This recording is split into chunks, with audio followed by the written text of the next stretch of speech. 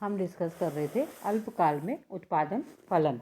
इसमें हमने सबसे पहले आपको उत्पादन फलन के बारे में हमने डिस्कस किया कि उत्पादन फलन क्या है, मीनिंग क्या है, डेफिनेशन, मान्यताएं, विशेषताएं, और उसके बाद परिवर्तनशील अनुपातों के नियम को समझाया, जिसकी मेनली 3 अवस्थाएं होती हैं और तीनों अवस्थाओं को हमने क्लियर किया, प्रथम अवस्था, द्वितीय अवस्था और तृतीय अवस्था। अब उसके बाद आज का जो हमारा टॉपिक है वो है हमारे उत्पत्ति के 3 नियम। तो उत्पत्ति के 3 नियमों में पहला नियम है उत्पत्ति वृद्धि नियम, सेकंड है उत्पत्ति स्थिरता नियम और थर्ड है उत्पत्ति ह्रास नियम।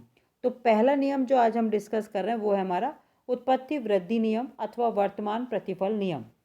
उत्पत्ति वृद्धि नियम हमें यह बताता है कि किसी समय विशेष पर उत्पत्ति के कुछ साधनों को स्थिर रखकर किसी एक साधन अथवा कुछ साधनों को बढ़ाया जाता है, तो इससे कुल उत्पत्ति में वृद्धि साधनों में की गई वृद्धि से अधिक अनुपात में होती है। फॉर एग्जाम्पल, यदि परिवर्तनशील साधन की मात्रा में 10% वृद्धि करने पर कुल उत्पादन में 10% से अधिक वृद्धि होती है, तो इसे हम उत्पत्ति वृद्धि नियम कहते हैं। एडम स्मिथ, मार्शल आदि अर्थशास्त्रियों ने उत्पत्ति वृद्धि नियम को विनिर्माण उद्योगों से संबंधित किया था, जबकि आधुनिक अर्थशास्त्रियों के अनुसार उत्पत्ति वृद्धि नियम केवल विनिर्माण उद्योगों तक ही सीमित नहीं है। यह नियम उत्पादन के प्रत्येक क्षेत्र में उत्पादन की प्रारंभिक अवस्था में क्रियाशील होता है। अब इस नियम के बारे में, यानी उत्पत्ति वृद्धि नियम के बारे में मार्शल का क्या दृष्टिकोण है वो हम डिस्कस कर रहे हैं कि मार्शल ने उत्पत्ति वृद्धि नियम को विनिर्माण उद्योगों का नियम बतलाया। मार्शल के अनुसार विनिर्माण उद्योगों में श्रम तथा पूंजी की मात्रा में वृद्धि करने पर उत्पत्ति का पैमाना बड़ा होने से उत्पादन व्यवस्था का सुधार हो जाता है। उत्पादक के लिए श्रम विभाजन को अपनाने तथा मशीनों का पूरा लाभ उठाना संभव हो जाता है।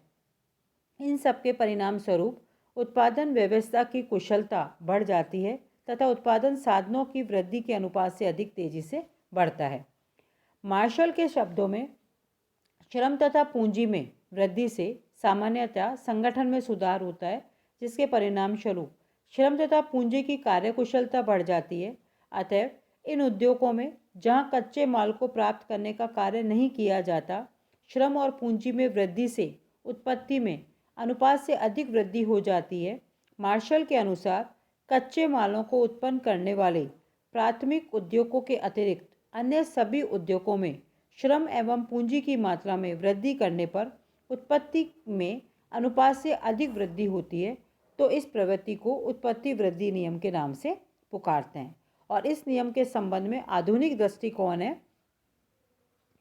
आधुनिक दृष्टिकोण में मार्शल के दृष्टिकोण को आधुनिक अर्थशास्त्री गलत मानते हैं और आधुनिक अर्थशास्त्रियों के अनुसार उत्पत्ति वृद्धि नियम कृषि, उद्योग तथा उत्पादन के अन्य सभी क्षेत्रों में लागू होता है। श्रीमती जॉन रॉबिन्सन के अनुसार जब किसी निश्चित उद्योग में किसी उत्पत्ति के साधन की अधिक मात्रा लगाई जाती है, तो प्राय संगठन में सुधार हो जाता है, जिससे उत्पत्ति के साधनों की प्राकृतिक इकाइयाँ अधिक कुशल हो जाती है। ऐसी स्थिति में उत्पादन में वृद्धि के लिए साधनों की भौतिक मात्रा में उसी अनुपात में वृद्धि करने की आवश्यकता नहीं होती है। इस नियम के संबंध में श्रीमती जॉन रॉबिन्सन ने बताया कि यह नियम अथवा प्रवृत्ति उत्पत्ति ह्रास नियम की भांति उत्पादन के सभी साधनों के संबंध में समान रूप से लागू होती है, लेकिन उत्पत्ति ह्रास नियम की तरह यह सभी स्थितियों में क्रियाशील नहीं होती है। साधनों की मात्राओं में की गई वृद्धि से कभी कभी तो कार्यकुशलता में सुधार हो जाता है और कभी कभी नहीं भी होता है। श्रीमती जॉन रॉबिन्सन की परिभाषा से उत्पत्ति वृद्धि नियम के संबंध में निम्न महत्वपूर्ण बातें स्पष्ट होती है। फर्स्ट, उत्पत्ति वृद्धि नियम संगठन में सुधार होने के कारण लागू होता है।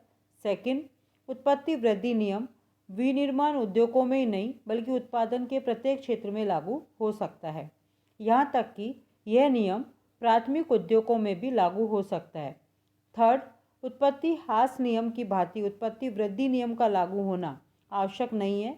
यदि उत्पत्ति के साधनों में वृद्धि करने से संगठन की कार्यकुशलता में सुधार होता है, तो उत्पत्ति वृद्धि नियम अवश्य क्रियाशील होगा, और यदि साधनों की वृद्धि करने पर भी संगठन की कुशलता में सुधार नहीं होता है, तो यह नियम कार्यशील नहीं होता। अब उत्पत्ति वृद्धि नियम की कार्यशीलता को हम एक काल्पनिक उदाहरण द्वारा भी स्पष्ट कर सकते हैं कि जैसे जो टेबल शो हो रही है उसमें है कि श्रम और पूंजी की मात्राओं में परिवर्तन करने पर टीपी, एमपी और एपी दिखाया गया है। इस में जो श्रम की इकाइयाँ हैं जो परिवर्तनशील है, उसमें परिवर्तनशील साधन की हर एक इकाई की वृद्धि से कुल भौतिक उत्पादन बढ़ती दर से बढ़ रहा है, क्योंकि सीमांत और औसत उत्पादन दोनों बढ़ते हैं। अब इसी चीज़ को हम एक रेखा चित्र की सहायता से भी एक्सप्लेन कर सकते हैं कि OX अक्ष पर परिवर्तनशील साधन है और OY अक्ष पर सीमांत भौतिक उत्पादकता एवं औसत भौतिक उत्पादकता दिखाई गई है। जैसे जैसे श्रम और पूंजी की मात्रा बढ़ती है वैसे वैसे सीमांत और औसत भौतिक उत्पादन बढ़ती है, यानी दोनों ग्राफ हमारे ऊपर की तरफ है। उत्पत्ति वृद्धि नियम की लागतों के संदर्भ में व्याख्या करने पर इसे लागत ह्रास नियम के नाम से पुकारा जाता है। उत्पत्ति वृद्धि नियम लागू होने पर कुल लागत घटती दर से बढ़ती है, अतः सीमांत लागत और औसत लागत दोनों घटती हुई होती है, जो कि हमारा नेक्स्ट टेबल और नेक्स्ट ग्राफ से शो हो रहा है। श्रम और पूंजी की एक इकाई की लागत हमने यहाँ मान ली 1000 रुपये है, तो इसमें औसत और सीमांत लागत घटती हुई हैं, जो कि हम टेबल से और ग्राफ से हमें क्लियर हो रहा है। अब नेक्स्ट इसी में कंटिन्यूएशन में आता है कि उत्पत्ति वृद्धि नियम लागू होने के कारण क्या क्या हैं, तो इसमें हम पॉइंट वाइज डिस्कस करेंगे। पहला है साधनों की अविभाज्यता। उत्पत्ति के कुछ साधन अविभाज्य होते हैं। अविभाज्य साधनों को पूर्ण इकाई के रूप में ही प्रयोग किया जा सकता है, टुकड़ों में नहीं। उदाहरण के लिए मशीन। इन अविभाज्य साधनों का प्रारंभ में पूरा उपयोग नहीं हो पाता, अतः उत्पत्ति के दूसरे साधनों की जैसे जैसे मात्रा बढ़ाई जाती है वैसे वैसे इन अविभाज्य साधनों का अधिक अच्छा उपयोग होने लगता है। परिणाम स्वरूप कुल उत्पादन साधनों की वृद्धि के अनुपात से अधिक तेजी से बढ़ता है। दूसरा पॉइंट है बड़े पैमाने के उत्पादन की बचतें। यदि कोई उद्योग उत्पादन में विशिष्टीकरण प्राप्त कर लेता है तब भी उत्पत्ति वृद्धि नियम लागू होता है। विशिष्टीकरण में फर्म कई वस्तुओं की बजाय किसी वस्तु विशेष का उत्पादन करने लगती है, जिससे उसे प्रत्येक कार्य के लिए विशेषज्ञों की सेवाएं प्राप्त होती है तथा साधनों की उत्पादकता अधिक होती है। तीसरा, साधनों की पर्याप्त मात्रा में पूर्ति। यदि उत्पादन के सभी साधनों की पूर्ति सरलता से पर्याप्त मात्रा में हो सकती है तो ऐसी स्थिति में उत्पादन के साधनों में आवश्यकता के अनुसार परिवर्तन किया जा सकता है। इससे उत्पादक आदर्श संयोग को प्राप्त कर सकता है और आदर्श संयोग की प्राप्ति तक उत्पादन अधिक तेजी से बढ़ता है तथा उत्पत्ति वृद्धि नियम लागू होता है। चौथा पॉइंट है तकनीकी विकास। आविष्कारों के द्वारा मशीन की उत्पादकता में परिवर्तन किया जा सकता है। नई तकनीकी विकास के कारण उद्योगों में अधिक उत्पादन वृद्धि संभव होती है। और पांचवा पॉइंट है श्रम शक्ति। उद्योग धंधों में श्रम शक्ति का प्रभाव अधिक होता है, जबकि कृषि क्षेत्र में प्राकृतिक तत्वों का उत्पादन पर प्रभाव अधिक पड़ता है। उद्योगों में समय समय पर निरीक्षण एवं नियंत्रण कर उत्पत्ति बढ़ाई जा सकती है। मार्शल ने उत्पत्ति वृद्धि नियम को निर्माणकारी उद्योगों का नियम कहा था, परंतु आधुनिक अर्थशास्त्रियों के अनुसार यह नियम उत्पादन के सभी क्षेत्रों में लागू हो सकता है। यह नियम उत्पादन के किसी भी क्षेत्र में उसी समय तक लागू होता है जब तक साधनों के सम्मिश्रण का एक अनुकूलतम संयोग प्राप्त नहीं हो जाता। यदि इस अनुकूलतम संयोग के बिंदु के बाद भी उत्पादन चालू रखा जाता है तो उत्पत्ति वृद्धि नियम के स्थान पर उत्पत्ति ह्रास नियम लागू होगा। और यदि उत्पत्ति वृद्धि नियम अनंत सीमा तक लागू होता रहता तो एक छोटे से खेत पर ही समस्त विश्व के लिए खाद्य पदार्थ पैदा करना संभव हो सकता था। तो ये पहला हमारा नियम उत्पत्ति वृद्धि नियम। दूसरा नियम है हमारा उत्पत्ति स्थिरता नियम या अनुपातिक प्रतिफल नियम। उत्पत्ति स्थिरता नियम हमें यह बताता है कि उत्पादन के कुछ साधनों को स्थिर रखकर अन्य साधनों में वृद्धि करने पर उत्पत्ति में उसी अनुपात में वृद्धि होती है जिस अनुपात में साधनों को बढ़ाया जाता है। यह नियम उत्पत्ति वृद्धि नियम और उत्पत्ति ह्रास नियम के बीच में लागू होता है और यह नियम थोड़े ही समय के लिए लागू हो सकता है।